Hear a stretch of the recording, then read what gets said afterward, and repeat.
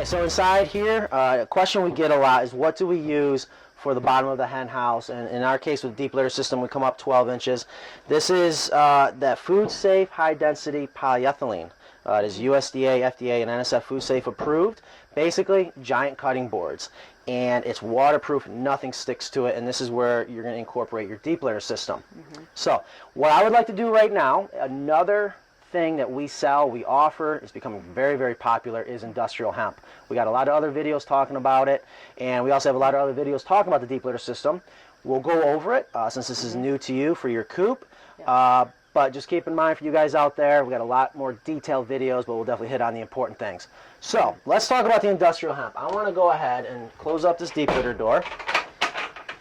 And right here is one bale of industrial hemp. So this is what it looks like. Gets imported from Western Europe. It's very sustainable.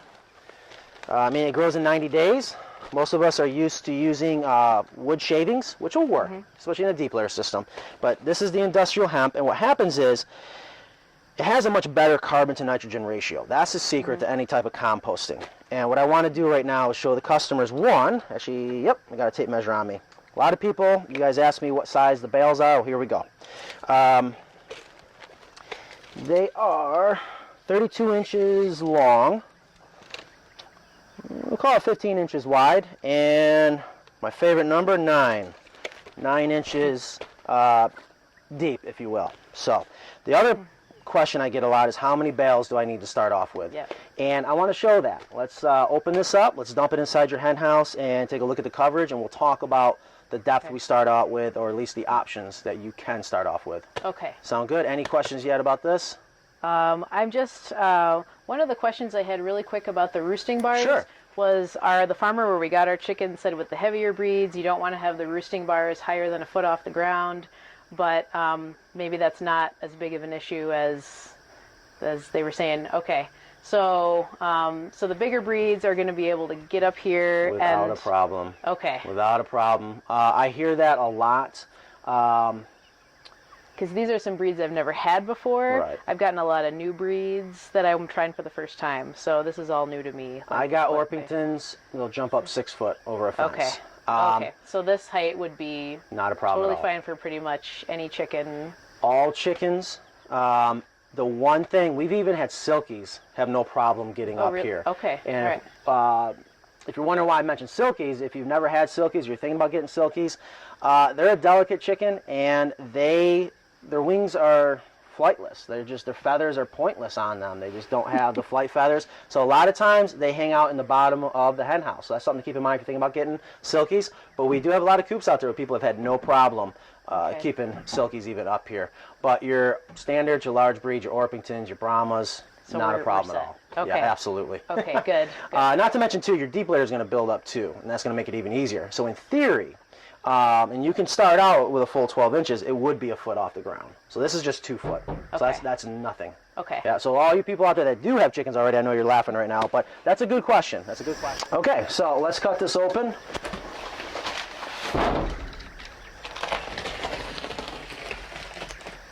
And again, this hen house is 4 by 6, so that's 24 square feet. And I've been really curious what this stuff is like and what it looks like.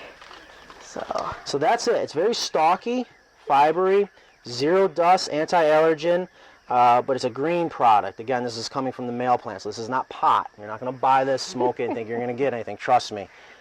I haven't tried it. It may sound like I did, but I haven't. But this is industrial hemp. This is the stuff that people just absolutely love, and hopefully it's going to become very popular here in the near future as far as producing it. Anyways, so that's what it looks like. Let's go ahead and dump this in. Oops, nice. Let's go ahead and tip this over. So you were saying that you could start out with a different amount, that you could start out with a smaller layer, you could start out with a thicker layer. What do you recommend? Sure. When incorporating a deep litter system, you want to at least start out 4 to 6 inches. Okay. So we're going to spread this around, see where it's at. And it's not an exact science. You don't have to have it perfectly 4 inches, 6 inches.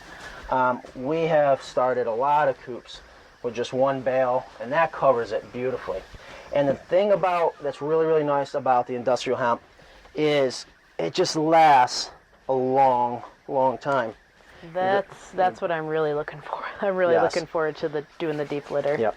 And when people ask me how much it is, which it's $32 a bale, and you kind of get sticker shock. Yeah. But it lasts a very, very long time, much longer than pine shavings. You'd be surprised. I mean, we shot that deep litter video. If you guys haven't already seen it, look for it. 18 months with 12 chickens. We ended up putting the litter right back in it.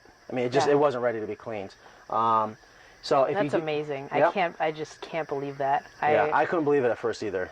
I feel like I've got to see this before I can. I've seen the video, and so I've seen it, and I know that it's possible, but I think I have to experience that myself to really. That's why I wanted to try it, because I've talked to people about it, and they're like, "No way! There's no way you can let it go 18 months." And I'm like, "Well, in this video, it looked really clean. I mean, so." That's just fantastic. Yeah, the proof's in the pudding. Same thing for me. Our chicken girl, she told me that. I said, "You're crazy." She goes, "Come on, see my coops." Okay. Yeah. I was sold immediately. There's reasons why people love our coops. And that's the number one reason is that deep litter system. And yes, it works. You set it and forget it. So, to talk about the deep litter system, basically what you're going to do is, what we've done is we're going to dump this in here. When the chickens sleep here at night, which are their tree branches before, coops were invented, this is where they're going to defecate 50% of the time. So it's going to build up right below the roost bar. And in about a week, what you could do is just turn it over like this and let it start to get covered up. And as they're defecating in here, they're introducing the microbes. They're picking it up from the soil. And that's what's going to do the work for the composting. So again, once you see it, you'll be in shock. The smell is next to zero. In the first 30 days, you'll have that normal chicken coop smell before the microbes start to do their job. Okay. And after that, it'll go away to darn near zero. If anything, you're going to get maybe a slight earthy smell. So I'm not having to come in and spread hemp on there how often would you say we need to spread a fresh layer down? Normally, especially if you use pine shavings, you would spread a new layer about once a week or every other week. Yeah, it was a lot, I remember. Yeah. This hemp, I'm not a scientist. I'm learning more and more about what makes it work so well. It absorbs, it keeps the odor down, it just works. If anything, you just kind of flip it over. Okay. Or what you can do is, you got 3 more bales here, you can just bring in some fresh hemp and cover it up. But to me, that's using too much. Okay. We have learned that you can just kind of flip it over. Or the other option, too, is, I've never done this personally, but I've had clients do it, and it works for them, is they'll actually fill it all the way up full 12 inches. And then they'll never add anymore, and then as the defecation builds up on top, they just flip it over. And they go in and flip it over again. Also, if you want chickens to work for you, throw a little scratch in there. They'll scratch it up and turn that up for you. Yeah, I want to give them work to do so that they're not bored and so that they have something to do and do their chicken thing. So would you say I should be coming in and turning it over every, I don't know, week, every month? Or? Well, you got about 12 chickens, so I would say really you got to go by smell. If you start to smell like a high ammonia smell, then it's time to turn it over. The chickens are probably out in the run, which is where they want to be anyways. Yeah. They're not in here scratching it up. So that is something that you could do, and then just cover it up, add a layer. Yep, you just cover it up. Okay. That's all you're doing. And then let it slowly start to break down. The microbes will do the rest of the work for you. Okay. All right? Isn't that cool, bub? So the other thing about inside this hen house is over here you got your window sliders. Yes, this is where you can. I love those. Close these off. These are polycarbonate. You can open and close them as little or as much as you want. This time of year, let's see, August. What's today's date? August 15th. My gosh, yeah, we're already halfway through August, so it's towards the end of summer. Well, especially for us Northerners up here in the Wisconsin area. You probably won't need to close these maybe till, I don't know, September-ish, but...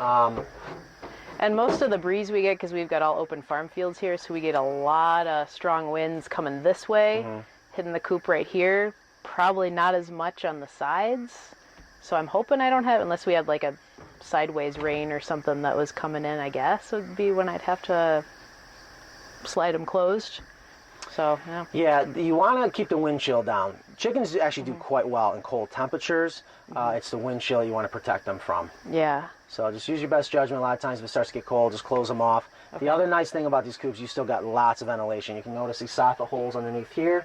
Cool air will come in, and if you look, that ridge cap's completely open. So it'll all still exhaust out through the top. Okay. So, cool. and then as this builds up, all you're going to do is wait till it's full. And we got coops now going 2 years and still not full. Yeah, You that's know? just crazy. That's, that's awesome. All right, so that's the inside of the hen house. If you want, let's go ahead and close this up and Okay. swing around on the other side. We got a lot more fun stuff to talk about. And then I want to see how to put these back in. Sure. So I know how to do that. Yep. Oh, thanks, bub. Thank you. So all you do is So I just think it's line gotta up go this those way. lift-off hinges. So, And what I do is I kind of cheat a little bit. I hang on to the bottom. I put my hand against the wood, and that, I guess, just helps stabilize it. And you just line them up. And you slip right on down. okay, I got the bottom one. Probably easier to have it like that. Okay. There you go. Did I get it? Yep, watch your fingers. Watch out, bub. And then same thing here. You got all these So- gate latches, extra security if you want to add carabiners, anything like that. Yeah, especially for that one.